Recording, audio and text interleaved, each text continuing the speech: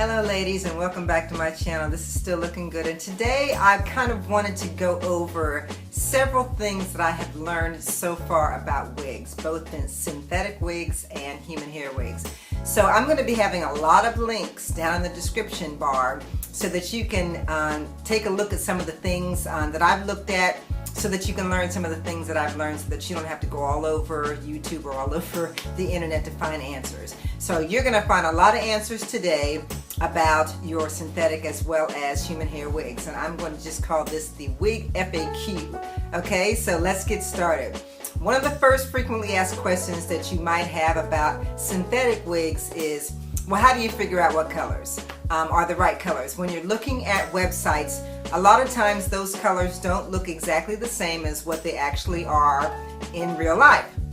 So one of the first things that you should do is to check out all of the other YouTube vloggers that are doing reviews on wigs, because they'll tell you what color it is, the hair is, and you'll be able to see in much better light what that actual color is by that actual manufacturer. So I stress that because manufacturers can vary in terms of their colors, and I did a video about color already on my channel, so you can check that out as well.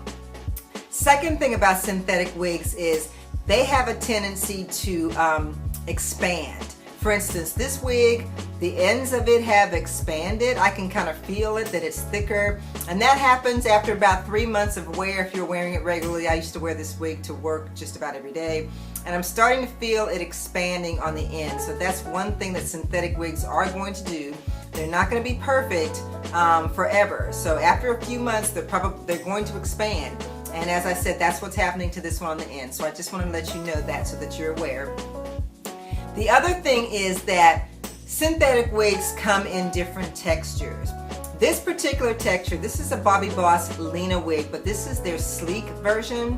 And the sleek wig is what they might call silky as opposed to yaki. And I did talk about silky and yaki in one of my other videos, but I wanted you to know that silky, of course, is silky, but yaki has, like, you can see really closely that there's crimps in the hair. Sometimes you can see that, but they're also thicker and they're more realistic in terms of African American hair. So the yaki wig is going to be more close to the African American texture, say once your hair has been relaxed or whatever. It's going to be closer to African American texture than the silky is. And some of the wigs you'll hear the vloggers say silky yaki. So it's kind of a combination of the yaki wig and the silky wig, if that's what you're interested in. The other thing that I wanted to tell you is that there's a difference between the lace front wig and the lace part wig. There are some wigs that do not come with lace in the front to cut off, like this one has lace that you have to cut off. It also has a lace part. Some wigs that they're coming out with now do not have the lace in the front that you have to cut. They only have the lace part. The good thing about the lace part wig is that you can still get that natural hairline for your part, but you don't have to worry about cutting the lace off or the lace, scratching your edges or, that kind of thing. That's why I recommend wearing a wig grip for your wig. And again, I believe, I don't know if you can see mine, but yeah, mine is right there. So you need to wear a wig grip to put some space between your hair, your real hair, and that wig. The other thing that I wanted to mention about synthetic wigs is they tangle after a while. So you really have to keep that in mind, that especially if they're long, they're going to tangle. The shorter ones don't tangle as much, and they shed. So when you cut the lace off of one of these wigs, you're going to lose some hair. And don't be alarmed about that, because you're going to lose some. That's just the way it is.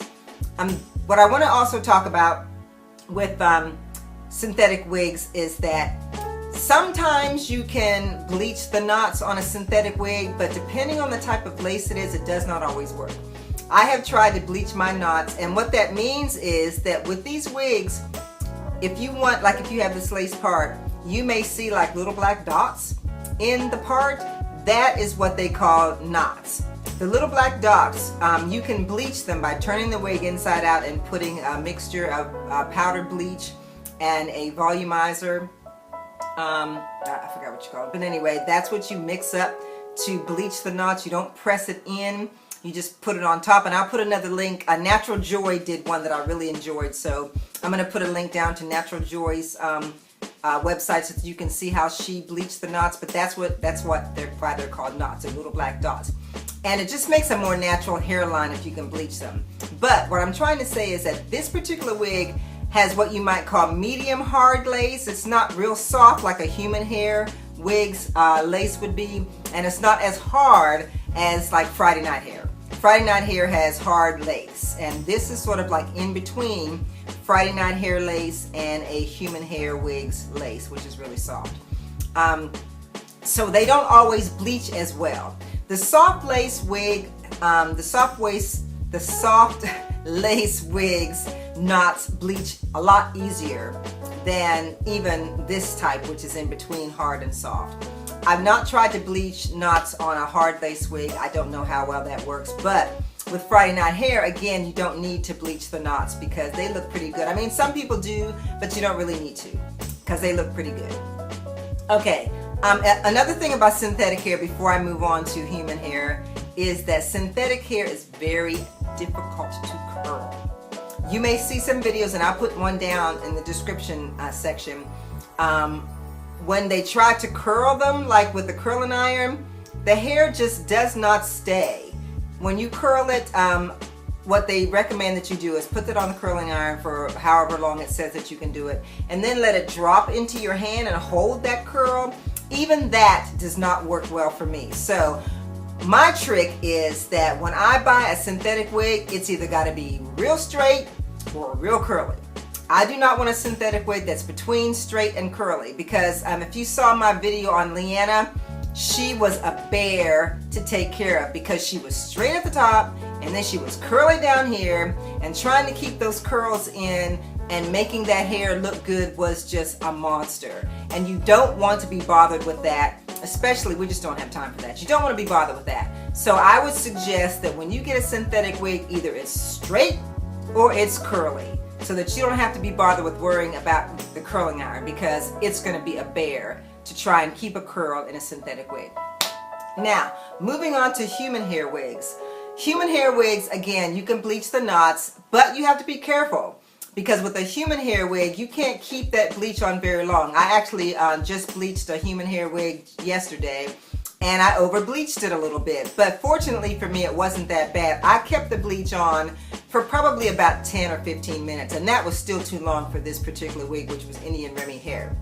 So I had to go and get some hair dye, and I used the little what do you call, spoolie, to gently put the dark brown back in the hair, and it looks great now. But I'm going to put another link down again in my description area so that you can see how to bleach knots as well as how to fix over bleached knots, because again, I don't want you to have to run all over the internet looking for these things.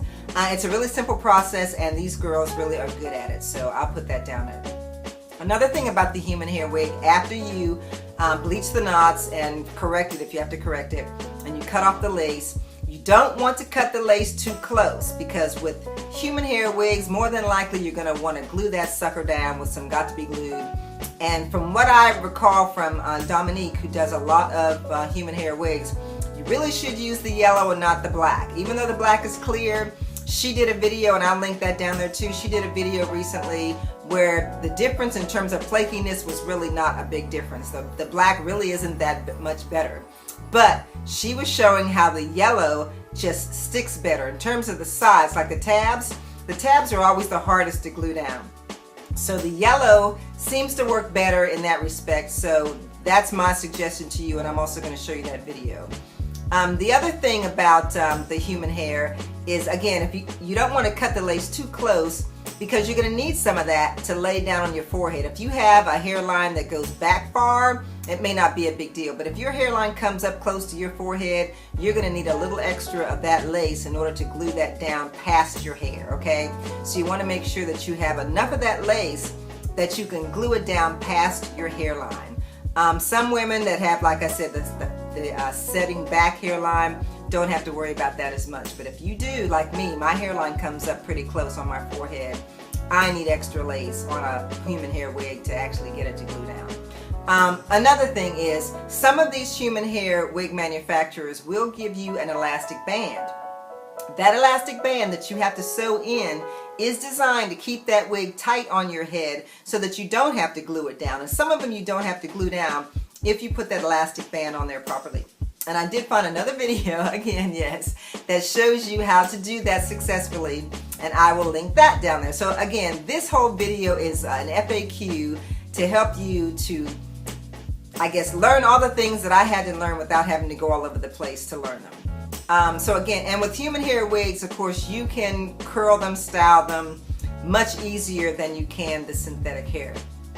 And one other thing about the synthetic hair is some of them you can use the curling iron up to 400 degrees, but trust me, it just does not work well. Curling these synthetic wigs, it just doesn't work well. So I have decided that, again, I'm either going to get a straight one or a curly one, nothing in between, because the in between is just too hard to manage for trying to keep the hair nice. If you're Brittany, who has a website, or rather a channel called Hearts and Cakes 90, she's great at doing both human hair and synthetic wigs, but trust me, I am no Brittany when it comes to that. So I know what I can do, and I know what I have time to do, and I do not have time to mess with a synthetic wig that is half straight and half curly. So I just wanted to give you these tips because these are things that you're going to run into if you're new to wigs, whether you get a synthetic wig or a human hair wig. So you may want to come back to this video on a number of occasions so that you can recall the things that I've told you and find the links down in the description section so that you don't have to run all over the place looking for answers if you're new to wigs. And so again, I just wanted to share that information with you. As I always say, if you're going to show love to anyone today, please show it to the creator. I'm still looking good, and of course, so are you. And I'll see you next time with another wig review. Bye.